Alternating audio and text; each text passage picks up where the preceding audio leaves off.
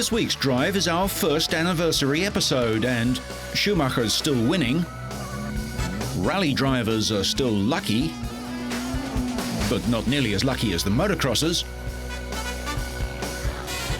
While NASCAR is still, well, NASCAR. All this and more in this week's Drive.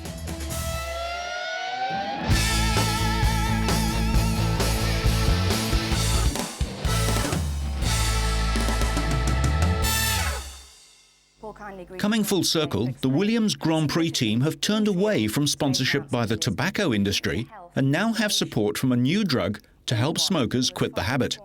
To place on the record, Williams has been sponsored in the past for a number of years, partly sponsored by the tobacco industry. BMW and Williams between them made a conscious decision at the end of 1999 to quit that support, and we have been out in the global market, fully funded by other non-smoking companies for Williams today, and clearly sport, as the years go by, recognizes its social responsibilities more and more. Williams today finds itself extremely comfortable, and I must also personally say proud to represent nicotine in many, many sitting rooms around the world. With European Union legislation banning tobacco advertising by mid-2005, Williams are the first Formula One team to be sponsored by anti-smoking products. Tobacco sponsorship has long been a part of Formula One. The Lotus team began the trend in 1968 when Graham Hill became world champion with gold leaf sponsorship. Since then, teams and racing circuits have readily accepted money from tobacco companies.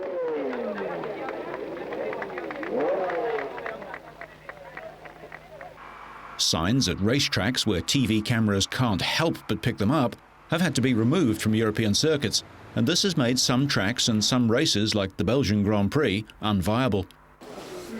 The huge costs of running at the front of the high-tech world of Formula One and the massive salaries paid to the handful of men with the unique talents to drive the cars consume hundreds of millions of dollars each year. The worldwide appeal of the sport, particularly to young men, has made Formula One a perfect tool for global tobacco marketers. 5 of the 10 Formula One teams, champions Ferrari, McLaren, Renault, BAR and Jordan, are backed by cigarette brands. But the teams have to change their livery to adapt to local laws and run with blanked out or different logos in place of tobacco trade names when they are in countries where tobacco advertising is not allowed. This year, the Renault team held 2 new car launches, one in Switzerland, where their tobacco sponsor's name appeared, and another at a track in France where the cars were run. At the second launch, the sponsor's logo wasn't seen, but was replaced by words in the same style and with the same spacing.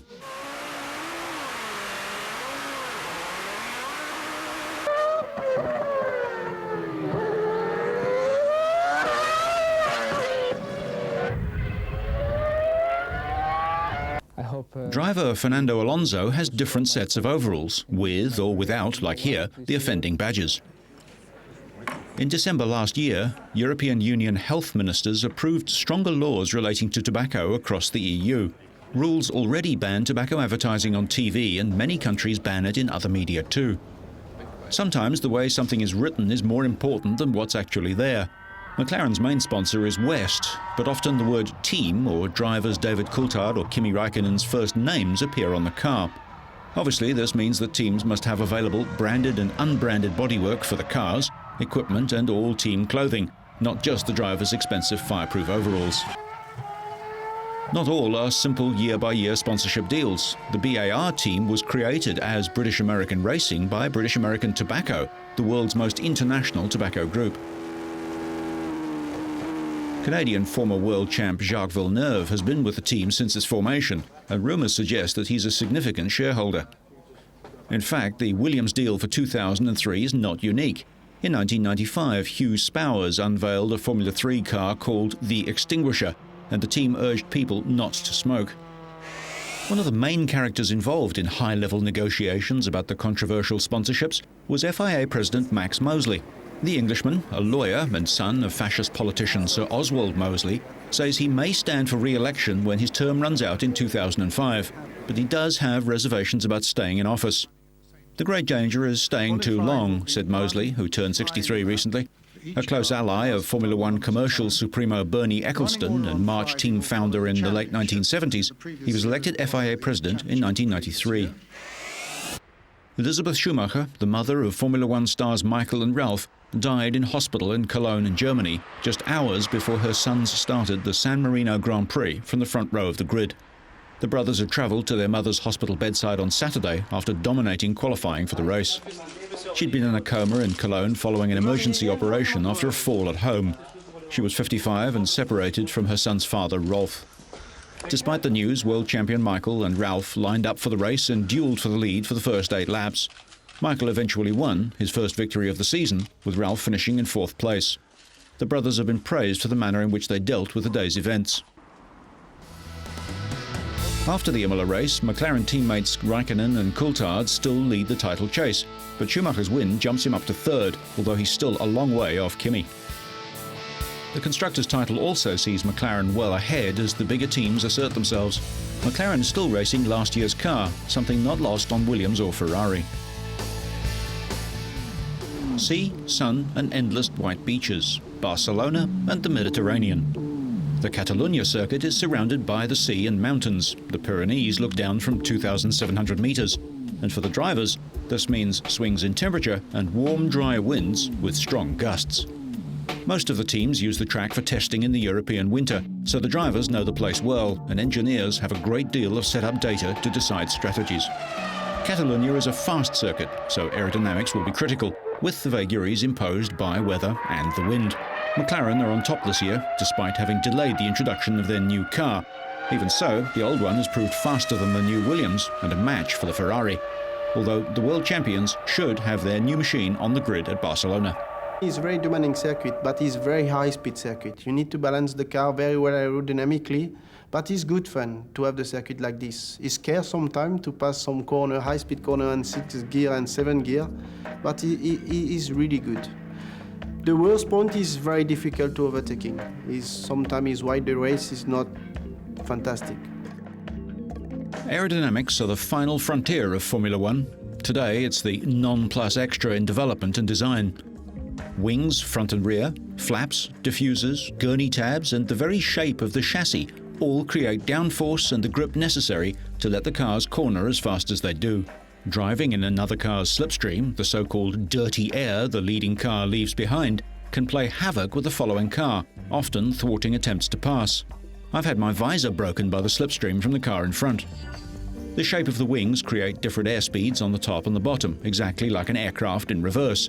So instead of lifting off, a Formula One car is sucked onto the ground so those big sticky tyres can transfer all the power from those potent V10 engines.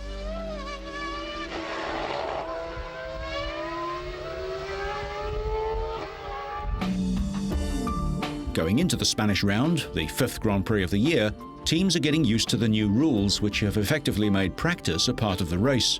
Ferrari will race their new machine as the team hopes to regain the high ground. But on the track, more downforce means more drag, more resistance to airflow, so the fastest car in a straight line might not have the grip it needs to corner effectively. It's a delicate trade-off of speed against grip, and the winner will be the driver with the finest balance between them.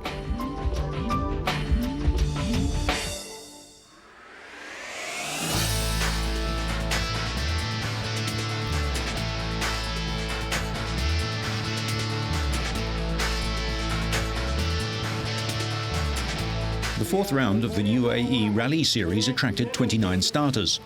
First off were last year's winners, Obaid Al-Hathbour and Abdul Al-Busaidi in a huge Chef Tahoe. Driving the same model and second away was last year's runner-up, Ahmed bin Sugat.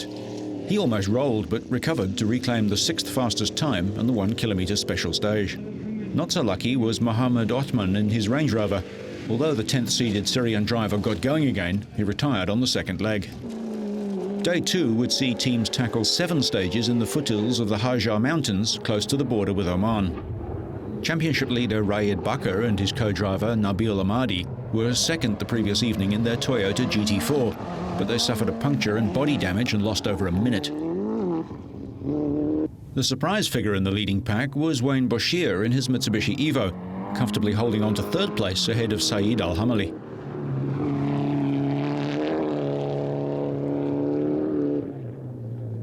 Hamali looked to be settling for fourth place, but the Abu Dhabi driver had to retire soon after making this mistake on the fifth stage.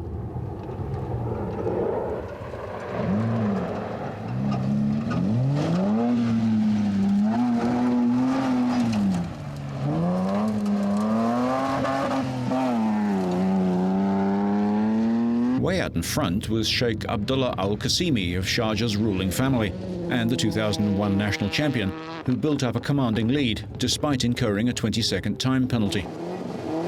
Down the field, Raid Bakr and Nabil Amadi suffered more mechanical problems as, at one stage, the brakes of their Toyota failed completely.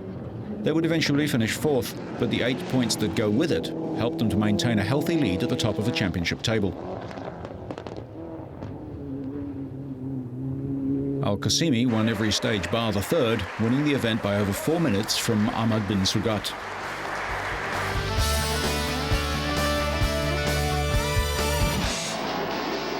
To the high-speed ovals of NASCAR now, and it was a clean start to the 500-lap, 263-mile Virginia 500 on the short track in Martinsville, Virginia.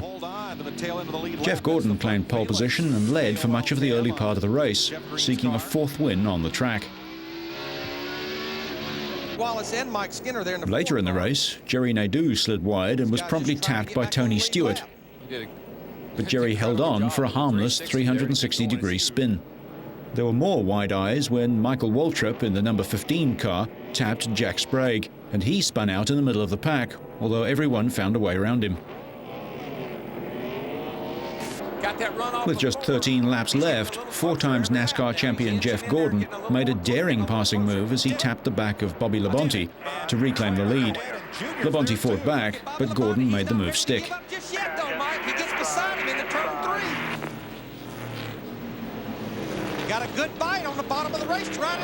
Then, with only 3 laps remaining, Kurt Busch hit the inside wall and was stranded, so the caution flag went out. 2001. Good for him. Gordon went on to win the race under caution, with a gentle shove from Labonte as they crossed the line, ahead of Dale Earnhardt Jr., all driving Chevrolets. Only 12 of the 43 starters finished all 500 laps. It was the 62nd victory of Gordon's NASCAR career, and the first in 16 on one of the short tracks on the Stock Car Series, and the first of this season. He led for 190 laps. Congratulated by Rick Hendrick. The Twin Ring Motegi circuit in Japan played host to the Indy Racing League's first ever overseas race, the Indy Japan 300, the third of 16 rounds this year. On lap 47, Roger Yasukawa lost control of his car, failed to straighten up and crashed into the wall, collecting Helio Castroneves in the near head-on crash. After being helped out of his wrecked car, Castroneves received treatment to his left foot and right elbow, but the Brazilian was still able to smile during an interview. On lap 168, South African Thomas Scheckter, son of 1979 Formula One world champion Jody, was one of 2 drivers who lost control and hit the outside wall, bringing out the safety car again. Then, with 23 laps left, leader Tony Kanaan and pole sitter Scott Dixon touched wheels and crashed, as Dixon made a dive out of the slipstream in an attempt to pass. The 2 cars slammed into the wall at high speed, allowing Scott Sharp to take the lead. The lead will go over to Scott Sharp. With only 7 laps to go, Jacques Lazier crashed into Shinji Nakano and was stopped out on the track. That brought out the safety car again, and the race ended under caution. Sharp crossed the finishing line to win and has now had at least 1 victory in 7 consecutive seasons, an IRL record. With this, the 8th win of his career, Sharp has tied with 2 other drivers for the most ever race victories in IRL history. Sharp also moves from 6th place to 1st in the standings. Kanaan now trails him by just 4 points at the top of the IRL Series standings.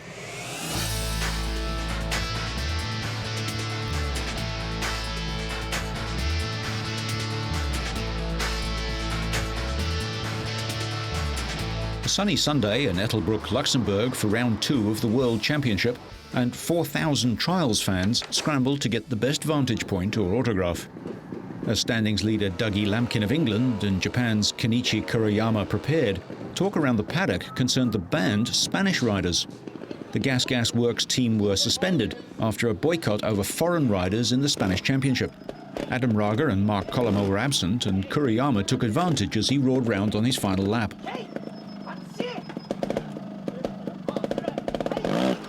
Balance, instinct and physical strength were all in evidence as the 24-year-old Japanese rider claimed third place on his beater with a total of 20 penalty points.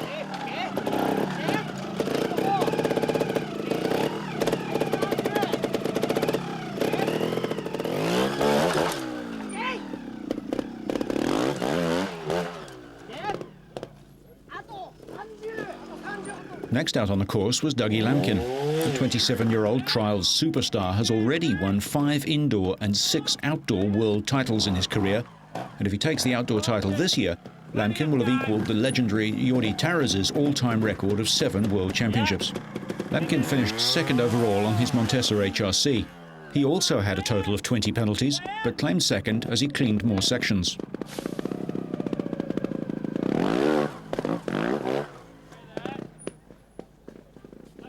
Victory on the day belonged to one of the Spanish riders who had made it to Luxembourg. In a thrilling climax, 23-year-old Marc Frischer rode an impeccable final lap to take victory on his Montesa HRC with a score of 19 penalty points. By the end of the weekend, just 1 point separated the top 3 riders.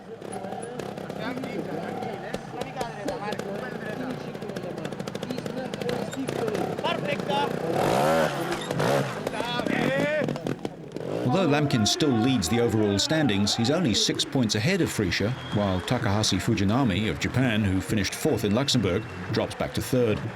The Trials Championship resumes on the 18th of May at Kiefersfelden in Germany. Holland hosted the second round of the revitalised Motocross World Championship, and Monique Barfoot's got stuck in the starting gate for the Motocross GP class. Defending world champ Michael Pichon started on pole but slipped into second behind Stefan Everts before the Belgian slowed, allowing Pichon to reclaim the lead. German Pit Beirer was one of the first to crash out. That left the way open for 4-time world champion Joel Smets to move into second. Everts then dropped right back down the order, having to pit for a new front wheel. As a result, Norway's Kenneth Gundersen was promoted to 3rd. After 2 rounds of the 12, Pichon, with a maximum 50 points, is 6 ahead of Smets, and Gundersen is 3rd on 35. Yeah, I think it's maybe my best victory ever. I didn't think I could do it. Stefan was riding really smooth and fast, and I was just trying to keep on with him. And kind of like with Bolle last year, he made a mistake with only like 10 minutes to go, and I was able to push. And then I took the lead, and I tried to do very strong laps. And I don't know what happened behind. He had a problem or something, but it's for sure one of my best victories, maybe of all time. And it's very good for the championship. And I want to thank Suzuki, my mechanic, everybody on the team. We were working so hard, and that victory is really welcome. And I really think we have a good chance for the championship also. In the 650 Big Banger class, Joel Smets was in action again, his second race of the day. Just like his victory in Spain, he qualified almost a second and a half quicker than his KTM teammate, Yves de Maria. In the race, Smets dominated the field and had a relatively easy ride to the checkered flag. Cedric Malot of Belgium passed de Maria for 3rd, behind Spaniard Javier Garcia Vico. Smets finished 28 seconds ahead of Vico, with Malot 3rd. This second win gives him a maximum of 50 points. I had a really good rhythm, like right from the start. Yeah, just all the, how should I say, all the holes looked quite small. The deeper they were getting, the easier it was going for me. It was, yeah, I'm still having a lot of fun on that big bike. In the 125 class, Steve Ramon of Belgium quickly edged out Alessio Chiodi to take the lead. Next, Eric Eggins passed Chiodi to go second. Mark de Ruyver claimed 4th place from Andrea Bartolini. At the flag, Ramon led Eggins home by 8 seconds, with de Ruyver 3rd. Ramon leads the standings on 41 points, 3 ahead of Italian Chiodi, who finished 4th. Japanese rider Daijiro Kato sustained serious head, neck and chest injuries in a 200 km/h crash in the Japanese MotoGP. 13 days later, he died without regaining consciousness. There's been a suggestion that the way the rider was removed from the track may have added to his injuries, although track marshals had to restart his heart before he was airlifted to hospital. The 5.8-kilometre Suzuka circuit is considered one of the most dangerous on the MotoGP calendar. Italian Marco Melandri broke his ankle, nose and femur in a crash at the same corner during practice. With hindsight, the situation for all the medical staff at the time, both for the Japanese side and the medical team we have brought along, was very serious indeed. Their rapid intervention helped his heart to start again and allowed him to recover circulation and respiratory functions. Born on the 4th of July 1976, Daijiro Kato lived for motorcycle racing. He began riding pocket bikes at 3 and was racing within 2 years, winning the 250cc world title in 2001. He claimed the most wins in a season, 11, beating the record set by legends Mike Hailwood and Tony Mang, and the most points in the 250cc class. In 2000, Kato won the Suzuka 8-hour with his friend Toru Okawa and took second place on his third ride in MotoGP, the top finish of a two-stroke rider that year. Last year, Kato won the Suzuka 8-hour with Colin Edwards, and at Brno, a four-stroke MotoGP bike, he was second on the grid and in the race. Daijiro leaves a wife, Makiko, a 2-year-old daughter and a month-old son. Kato's son was 26 years old.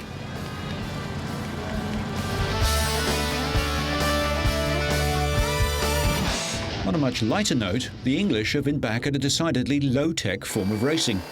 Some much-maligned caravans end their days in a blaze of glory, but first they're stripped down to make them lighter and less hazardous to following drivers. Not that they'll care very much.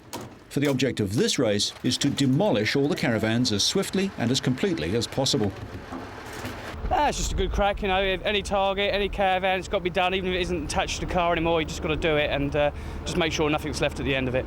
Everybody likes to see the cars crash, but there's nothing more spectacular than a caravan crash, because when a caravan is hit, it sort of explodes and bits of it fly everywhere. Fortunately, we get very few people ever injured.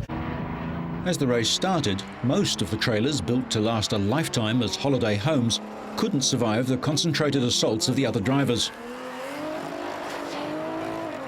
Some had made an effort to smarten up their vans with a final lick of paint, ignoring the inevitable demolition. After just 2 laps, the track looked like a war zone, debris scattered all over the place.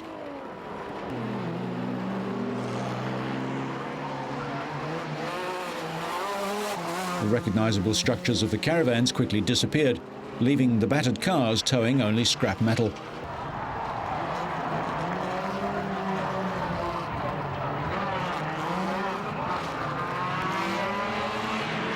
After 10 laps, local hero Mark Harding from Hemel Hempstead, North London, emerged from the mayhem to win the race with what was left of his blue and white caravan, number 801. Scott Evans had battled his way through the remains of 1,000 family holidays to claim second place in car number 42. These competitors were doing something average drivers can only dream of, being able to deal with a dawdling caravan at full speed. Impossible in an English country lane. I'm proud of winning any race, and I'm just proud to do it and be a part of it, you know, it's good fun. You're going to come back next year to do I should do it next year again, yeah, definitely. With the passing of Daijiro Kato, motorsport has lost a rare talent. Just what caused his crash will only be known in time to come. We'll have more motor and racing news in next week's Drive.